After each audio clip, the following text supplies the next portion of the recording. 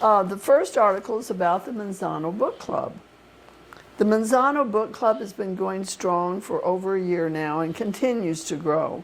This past month, we hosted a joint book club meeting in which both groups read and discussed the book, The Mostly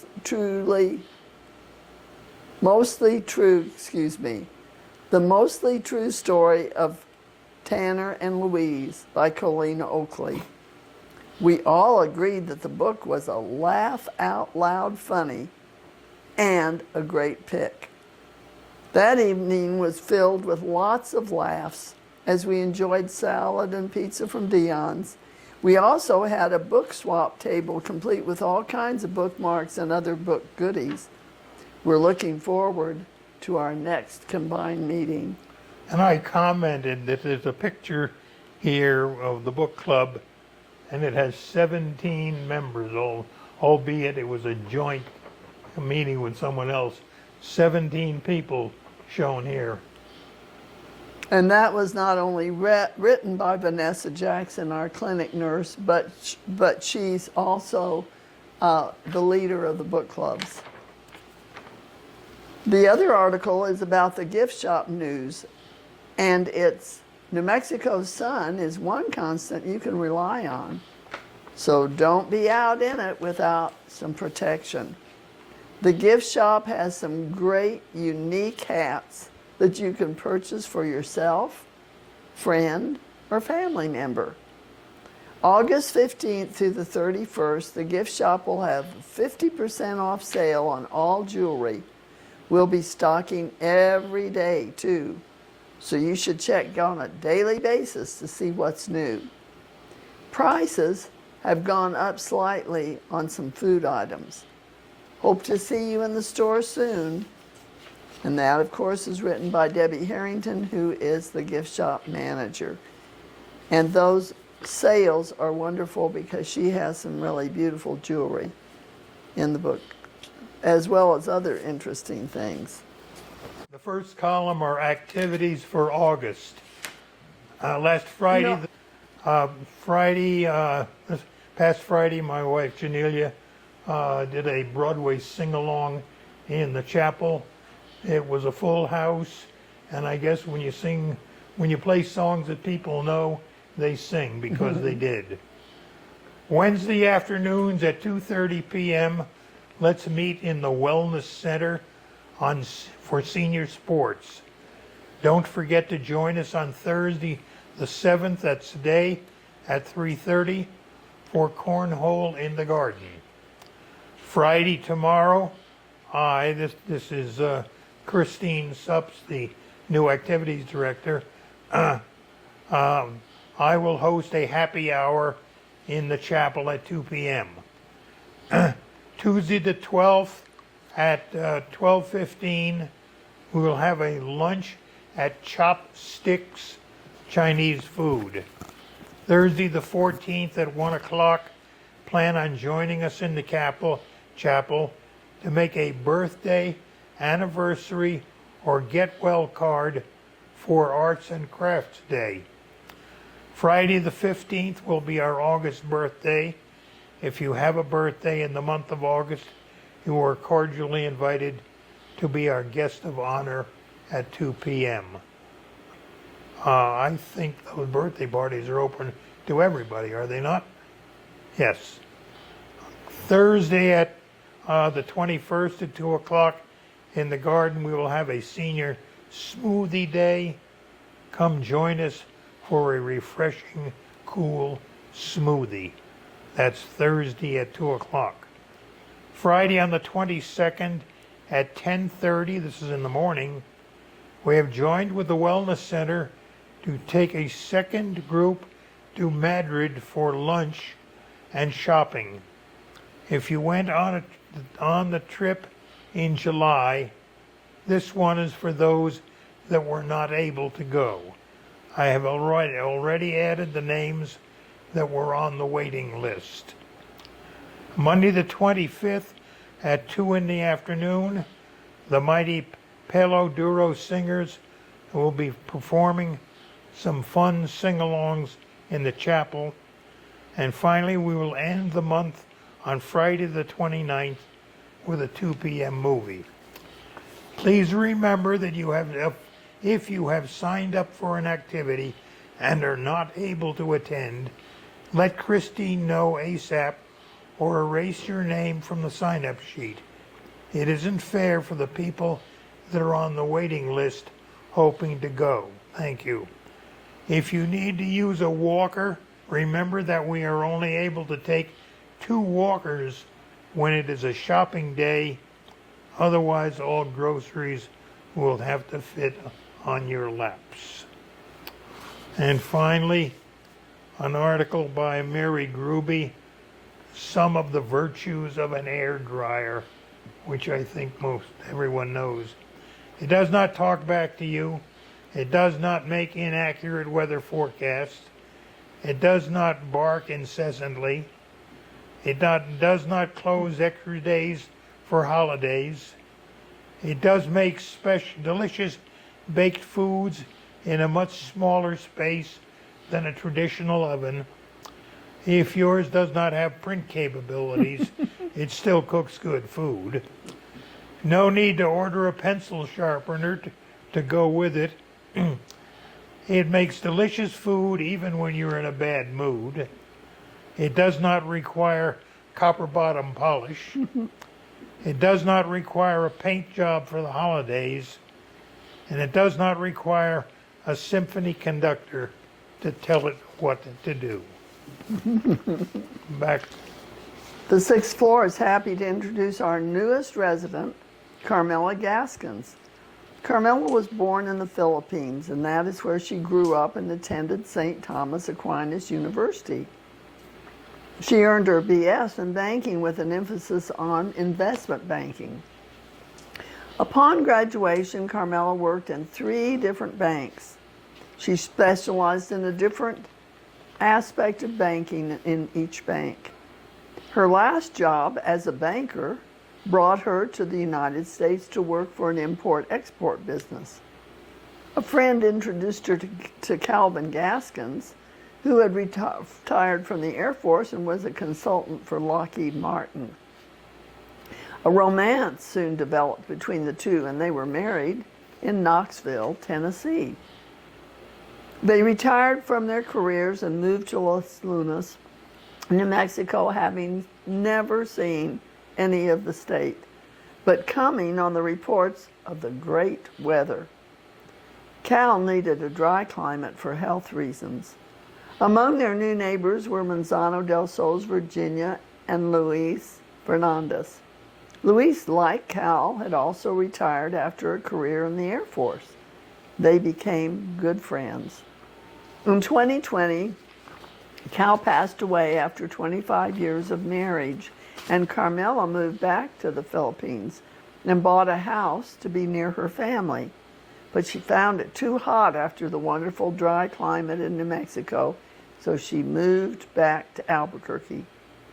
Her next step is to develop an organization in her hometown in the Philippines, which will raise money to help the indigent children who are too poor to go to college or to learn a trade, but who demonstrate outstanding talent. Welcome, Carmela, to Manzano's 6th floor. We hope you love it here. Next is a submission by myself. Some of you may recognize the title, The Pied Piper of Hamelin. However, before I read it, I'd like to read you the email that I sent to Perla when I made this submission. This is an anytime submission. Allow me to suggest that with your background, you may never have heard of the Brothers Grimm. They were real people who lived in Germany in the late 1700s and the 1800s. They spent part of their lives traveling around Europe gathering folk tales. They collected over 200 of them, some of which you may have heard. Cinderella, Snow White, Hansel and Gretel. Thank you, Walt Disney. Their collection of tales first published around 1814 and 15, are known worldwide even to this day, and the attached is one of them. And this was my submission, The Pied Piper of Hamelin. If you were raised as I was on the Grimm Brothers fairy tales, you will remember this one. It is set in the town of Hamelin, Germany in 1284. That's like almost close to 1,000 years ago, I guess. The town was facing a rat infestation when a piper appeared in a coat of many colors. The piper promised to get rid of the rats in return for a payment, to which the townsfolk agreed. Although the piper got rid of the rats by leading them away with his music, the people of Hamelin reneged on their promise. The furious piper left, vowing revenge. On July 26th of the same year, the piper returned and led the children away, never to be seen again, just as he did the rats. A record of this story is from the town of Hamelin and was depicted in Hamelin in a stained glass window in a church. A manuscript from 1440-1450 states, in the year 1284, a piper clothed in many kinds of colors, 120 children born in Hamelin were seduced and lost at the place of execution near Koppen. Koppen is a German term for a doomed hill or a knoll. A 1384 entry in Hamelin's town record states, "It is 100 years since our children left." And my comment on that, so much for a fairy tale. At the bottom of this, I have two small screenshots. One that is actually it's a painting of the original stained glass window, which was broken during fighting, but someone had made a painting before it.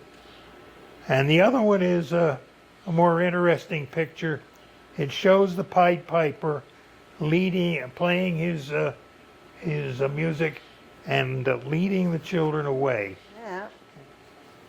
We will be listening to the Bird Lady's article, the Bird Lady being Judy Liddell. Her article is called "Look for a Feisty Rufous Hummingbird." Keep your eyes peeled for a feisty Rufous hummingbird at your nectar feeder. Since spring, the black-chinned hummingbirds have been visiting the feeders, and those have included males, females, and now juveniles.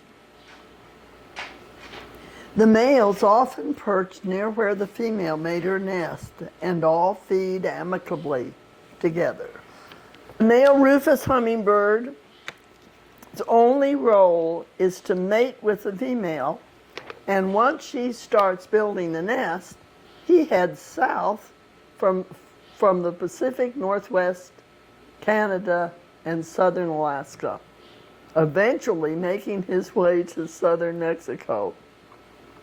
The male is distinctive with its rufous-colored feathers covering most of his body. The female has mostly green feathers with rufous on its tail and along the side of its body.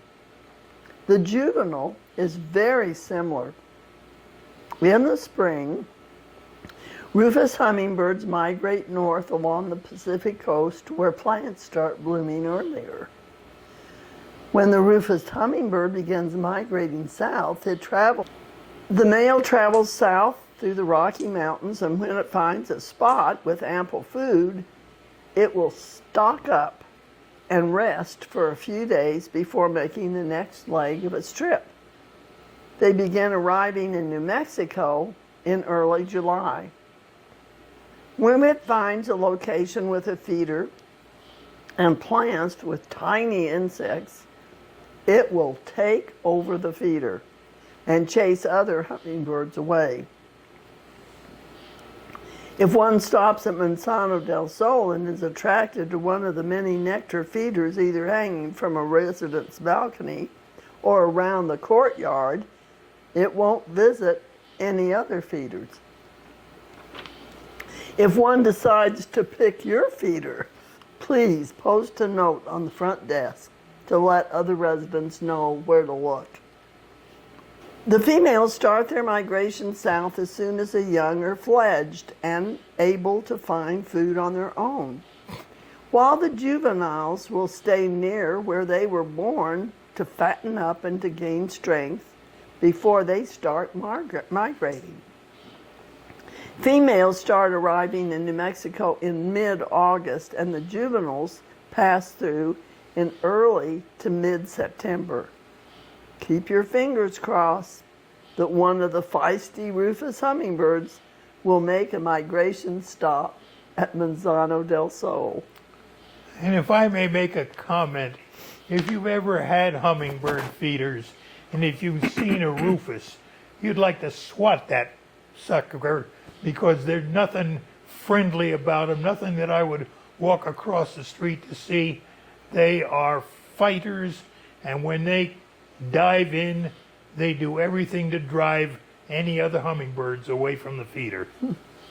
Scam alert! Fellow residents, do not be taken in by scam emails. Whenever you do not recognize the sender's name, do not respond to any requests for money or information from you. Be safe. In fact, there's another caveat there.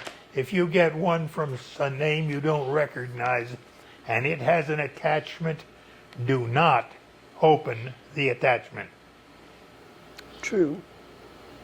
That was written by Edna Cassman, and she was alerting us.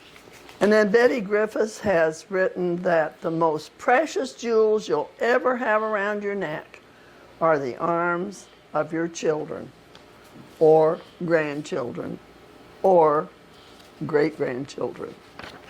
One, I would classify it as sort of an autobiography. It's written by Don Swenson, and it's entitled Our 1973 Sabbatical. In 1973, Don Swenson was awarded a sabbatical leave from Los Alamos, which allowed him to work and travel in Japan, Russia, and Switzerland for a year with pay. Of course, he took his whole family, Don and Barbara, Nancy 17, Keith 14, Phyllis 11, and Monica 3 on this around-the-world adventure. During the time in Japan, 3 months, and Russia, 2 months, Barbara and our 3 oldest children were encouraged to keep diaries. They did so religiously. 30 years later, Nancy got hold of the 4 diaries and typed them up. 6 months later, we published a book by the title Eastern Odyssey, where each day consisted of a verbatim copy of the 4 diary entries in order of the author's age. A few years ago, Don gave a seminar in the chapel on the 5 months in Japan and Russia with lots of pictures. If there are those who missed it and would like a rerun, he'd be willing to do so. There are 4 pictures on the wall outside of our apartment, 536, which were taken by our oldest daughter, Nancy, in a village on the banks of Lake Baikal in central Siberia.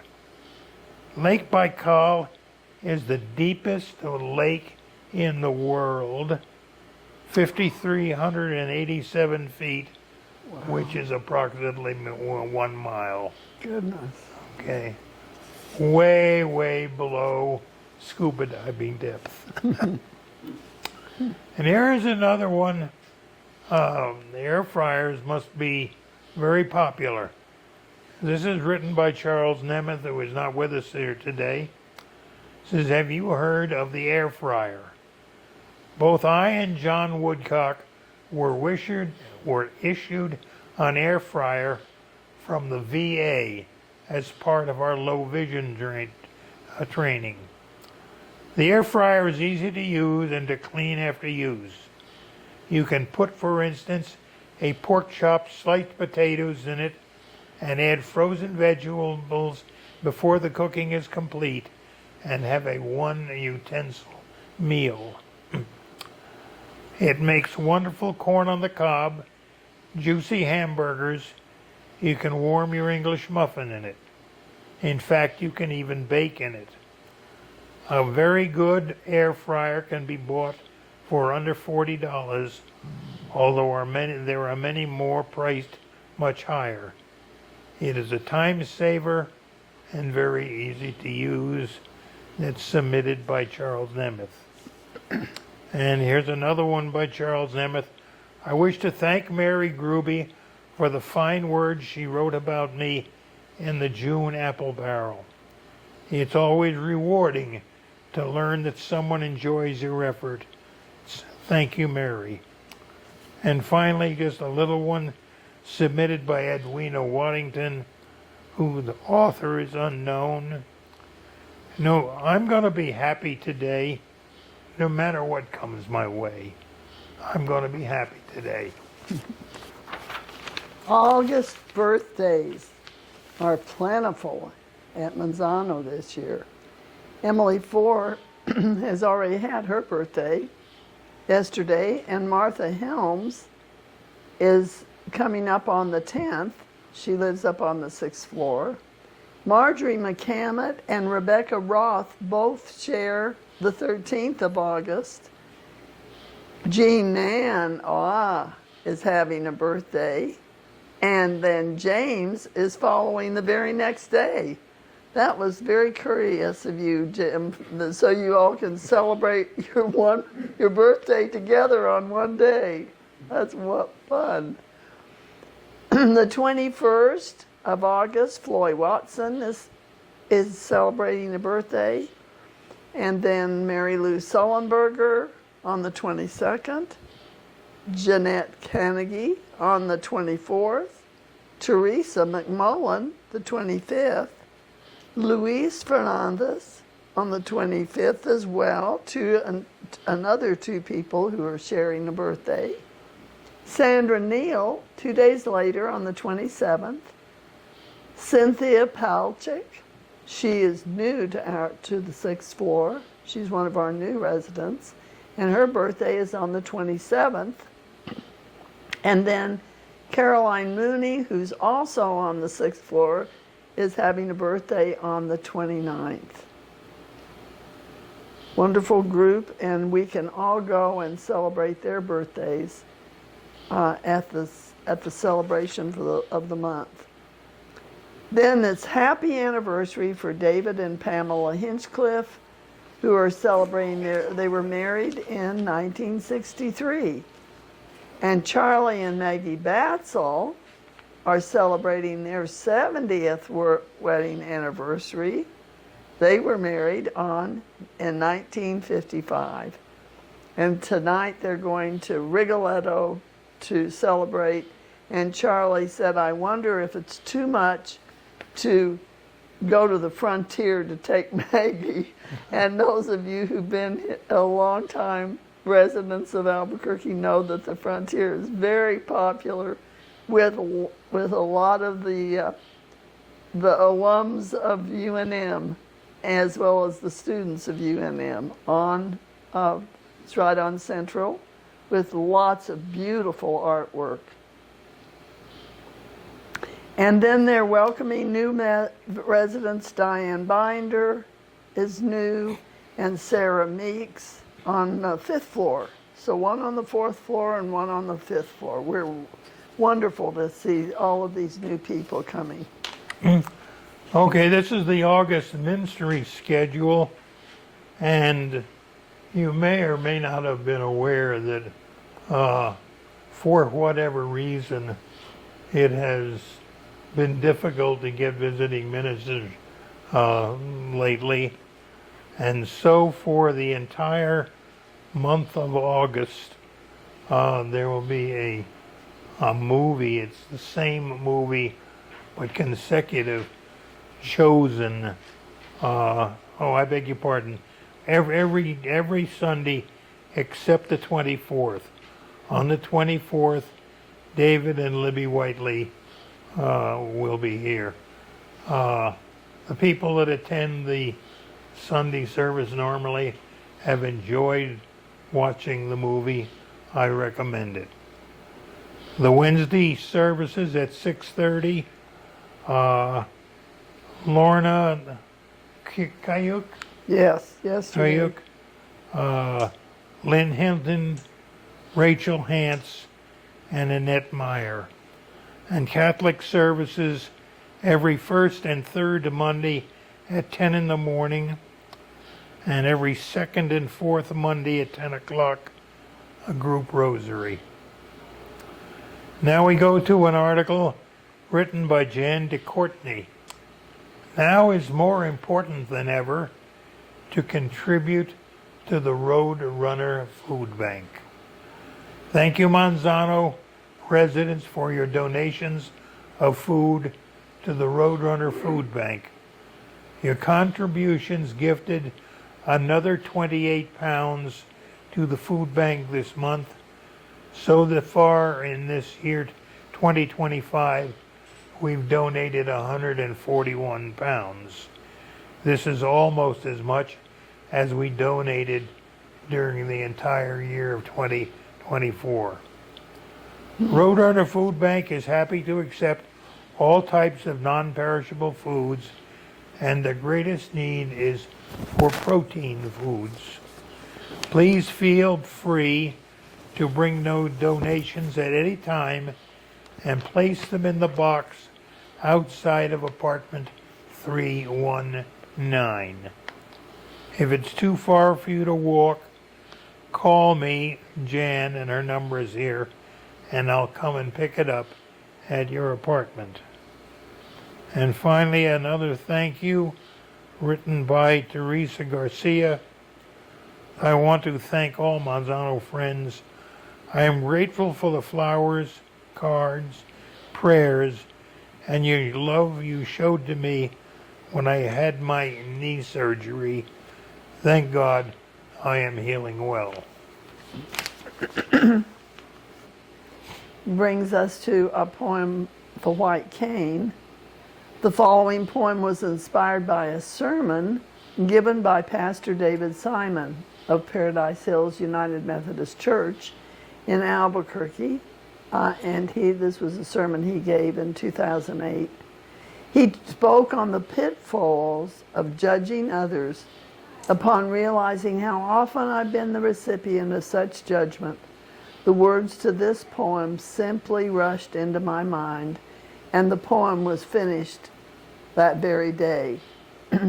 So this poem is written by Nancy Burns. When you see me approach with my white cane in hand, are you quick to judge and not understand that I'm not someone who needs pity and care? This cane will find doorways, a curb, or a stair. This is my independence, a valuable tool that got me to neighbors and stores and to school when my children were small and needed a guide. I walked there with dignity. I walked there with pride. With the extension of touch that my white cane gives me, I can navigate safely and watch out for that tree. I use it while walking alone or with others. We use it with confidence, my blind sisters and brothers. I took buses to work. I have stories to tell. I saved money for a trip and it went quite well. I traveled to London to visit a friend. I visited Harrods. I had money to spend. This white cane and I have traveled coast to coast. This message is to teach. It's not meant to boast. And now when you see us with the white cane in hand, please try not to label. Just try to understand that we do not want pity. Just open your mind and help us to change what it means to be blind. Good words, good poem from Nancy Burns. A word about printer ink, and this is by our friend Charles Namath. Purchasing ink for your printer is expensive. Walmart and the office supply store charge a lot of money for this necessary item.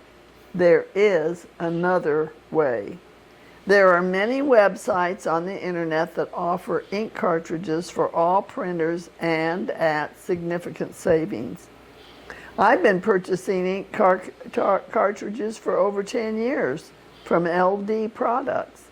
This company is located at the City of Commerce, California, a suburb of Los Angeles. You merely open the website, find your printer name and model, and you can purchase individual ink cartridges as an assortment. Either way, there are much more less money than purchasing locally. So Charles was giving us hints not only on air fryers, but on ways to save money for printer's ink. Yeah. And I don't mean lying about, I mean lying, not fibbing. Living alone when you're my age requires lying. There's no way around it. It isn't that I mean to lie. It's that I want to avoid conversations that will immediately ensue if I don't. My adult daughters, the people who monitor my 86-year-old life, need to feel reassured that I'm eating healthy, exercising and sleeping enough, and being engaged. Engaged means different things to them than to my aging friends, as they are the ones to whom I must answer. Consequently, all these expectations require more and more lying. My form of which is most often of smiling indiscretion. I assure my daughters that I eat vast quantities of fruits, vegetables, salmon, and chicken. There's rarely any mention of my consumption of popcorn, rum raisin, ice cream, or pistachios. When we're having a meal together, I am careful to order a big slab of protein surrounded by leafy green vegetables. I demur when I offer crackers and cheese, and murmur daintily with a downcast expression, dairy. Until they read this, I'll continue to feel confident I've gotten away with those lies. These are the days I don't want to. There are days when I don't want to eat my meals in the prescribed order. What if I want something other than cereal, eggs, or toast for breakfast, like leftover Chinese takeout? Well, then, that's what I do. Sometimes my disorderly eating leads to the need for Alka-Seltzer, but I keep a supply on hand for such occasions. Do I think that my daughters check to see what's in my medicine cabinet? I'm not sure, probably not, but just in case, I keep the Alka-Seltzer tucked out of the way. out of sight. I want to avoid answering questions about why I need it. I also lie, not only by indirection, but also by omission, about the frequency of my accidents. They include tripping over, stumbling into, brushing against, and worst of all, falling all the way down. I try not to bump into anything, but I fail repeatedly. Even when I rush to the freezer to urgently press an ice cube onto the spot, an enormous purple bruise blossoms under it. Slamming into things also has led to many skin tears. Blood requires covering, which results in my arms being festooned with bandages. I have to try to get them on with one hand while holding the cloth over the wound with the other, often ending with a waste basket filled with false starts and discarded adhesives. My medicine chest currently has a larger supply of bandages of every size and shape, multiple forms of gauze and tape, and tubes of healing ointments that I ever needed than my children did when they were little. When I go out, I'm met with concerned gazes and the question, "Are you okay?" I smile nonchalantly and joke, "You should see the other guy." Their amused response allows me to circumvent whatever concrete lie I would have to create to explain my multicolored, multi-textured arms. I've even considered getting those arm sleeves that are intended for gardeners to avoid being cut up by branches or thorns, but are now used as accessories. They're available in a wide range of styles and designs. Some with tattoos might be fun. I could lie and pretend I'm making a fashion statement while covering my ongoing cascade of wounds. There are also moments when the urgent task of keeping my balance eludes me entirely, and I fall all the way down. This is most often the result of my trying to multitask. My most recent fall was in my apartment building's parking lot. I was getting out of the car, wheeling my grocery cart with one hand, and reaching back to close the door with the other. A recipe for disaster. I went down onto the concrete, the cart rolling to a stop 3 feet ahead of me against the bumper of a near... I went down onto the concrete, the cart rolling to a stop 3 feet ahead of me against the bumper of a nearby parked car. My first impulse was to look around, not for help, which would have been the wise thing to do, but to see if anybody saw me fall. I was alone, which allowed me to turn over on my hands and knees the way I get up from the ground these days. The only person, or thing rather, who knows I fell is my Apple Watch, which dutifully flashed, "I see you fell. Do you need help? Should I call 911 when it happened?" I pressed back, "I'm fine," essentially lying in the language Apple's engineers have programmed as a response. I hobbled upstairs, hurriedly put the food away, laid down, and went to sleep. I've concluded that I'm handling the situation maturely.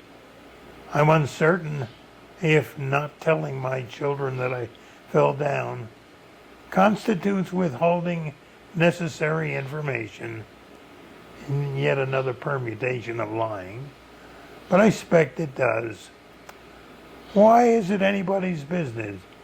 They'll just worry and offer advice that I already know. Be careful. Only do one thing at a time. You move slowly. Use arnica. Well, when I read this, I wondered, I never heard of arnica. Arnica is a flowering herb that apparently has been used worldwide for centuries as a painkiller.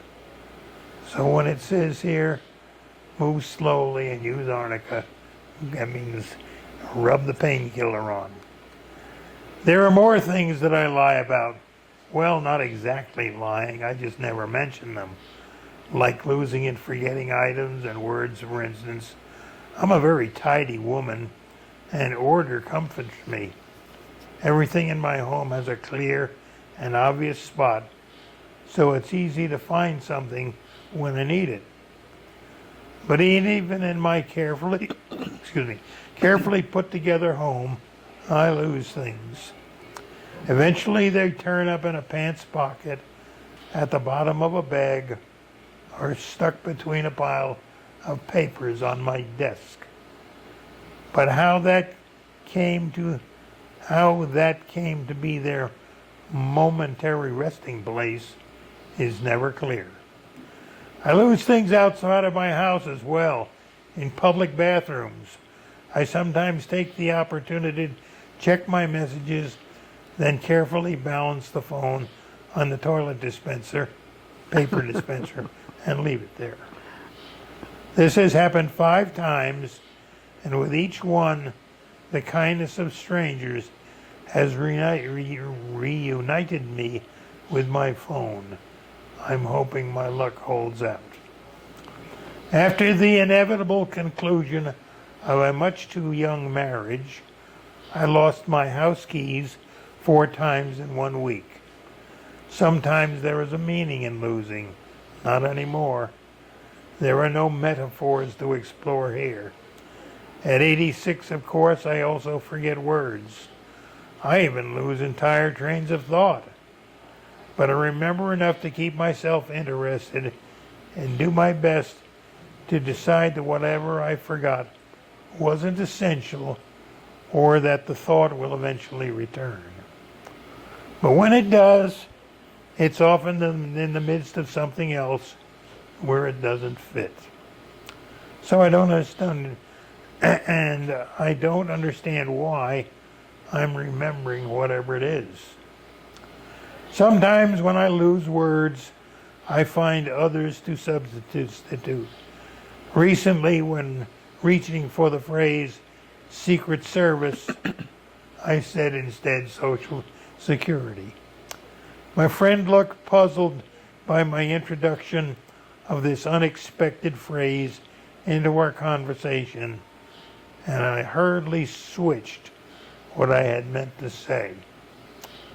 There's been a new development in my living alone that helps with this and feels comforting, through talking out loud to myself.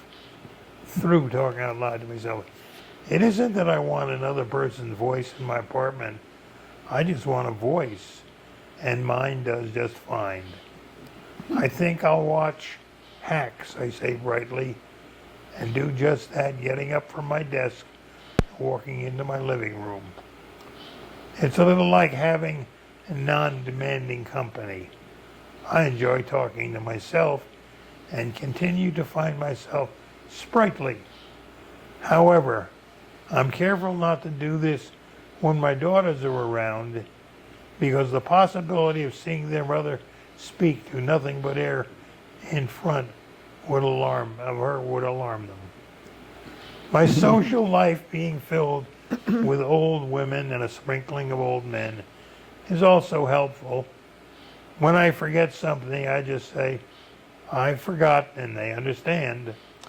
Maybe if I had more younger people in my life, I would have to navigate my embarrassment and their impatience with a lie, followed by annoyance and my embarrassment and their impatience.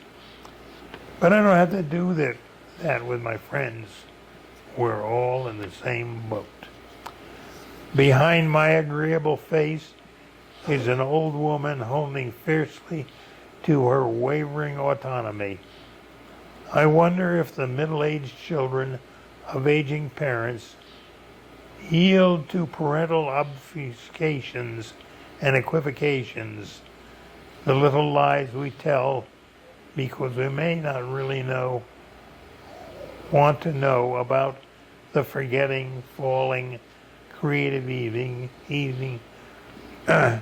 losing, bump into sharp objects, and talking to ourselves that define our realities.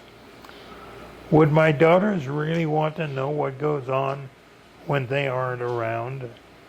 The challenges I face every day and all that I go through to be able to live my life the way I want to live?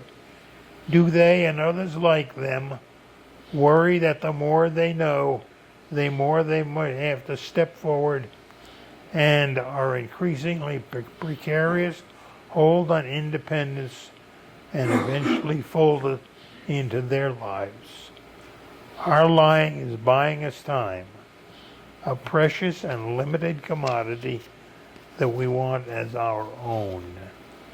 And I'll continue to lie as long as I can get away with it. That cover of our Apple Barrel talks about senior sports. All residents are welcome to join in senior sports volleyball every Wednesday at 2:30 p.m. in the Wellness Classroom. A special Cornhole Senior Sports Day will be Thursday, August 7th, which we were talking about, that was the day, at 3:30 in the garden. So eventually, if you haven't ever taken part in cornhole sports, I'm sure we're going to have many opportunities to do that. And great news, pool classes. Our swimming pool is officially open and we are excited to get our water aerobics classes back into session. Water aerobics will be on Mondays at 2:00 p.m. and Tuesdays and Thursdays at 10:30 a.m. Now, we talked about Senior Day smoothies being part of the calendar, and here they're explained. Senior Day, summer is a perfect time to enjoy cold drinks. Christine in Activities is teaming up with our wellness team to bring some delicious, healthy smoothies to celebrate Senior Day Thursday, October 21st at 2:00 in the chapel. Come by and pick from 3 different smoothies, all made from fresh, healthy ingredients, and socialize. And they show on this one made from blueberries, one made from strawberries, one which is a lime drink, and the other is orange colored, but I don't know what it is. But you can believe that one of the 3 of those 4 are going to be offered to you, and each one will be it'll be hard to make up our mind which is the more delicious. Then there's a wellness activity August outing.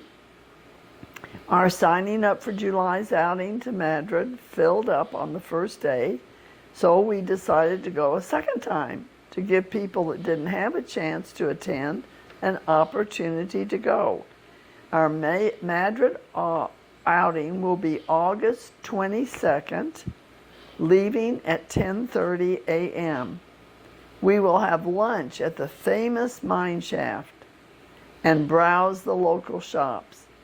If you've already attended the outing in July, please allow others to sign up this time around. So if you didn't get to go, chances are this time she will see to it that you get included in that wonderful trip. And last is the wellness seminar. Our topic for the August wellness seminar will be on the power of your words. And that will be on Thursday, August 28th at 3:30 in the chapel. learn about the spiritual and scientific evidence of the words we speak and how it affects our everyday lives. And that all that information is written by Crystal Lopez, who is our wellness director. And that completes the reading of the Apple Barrel for August.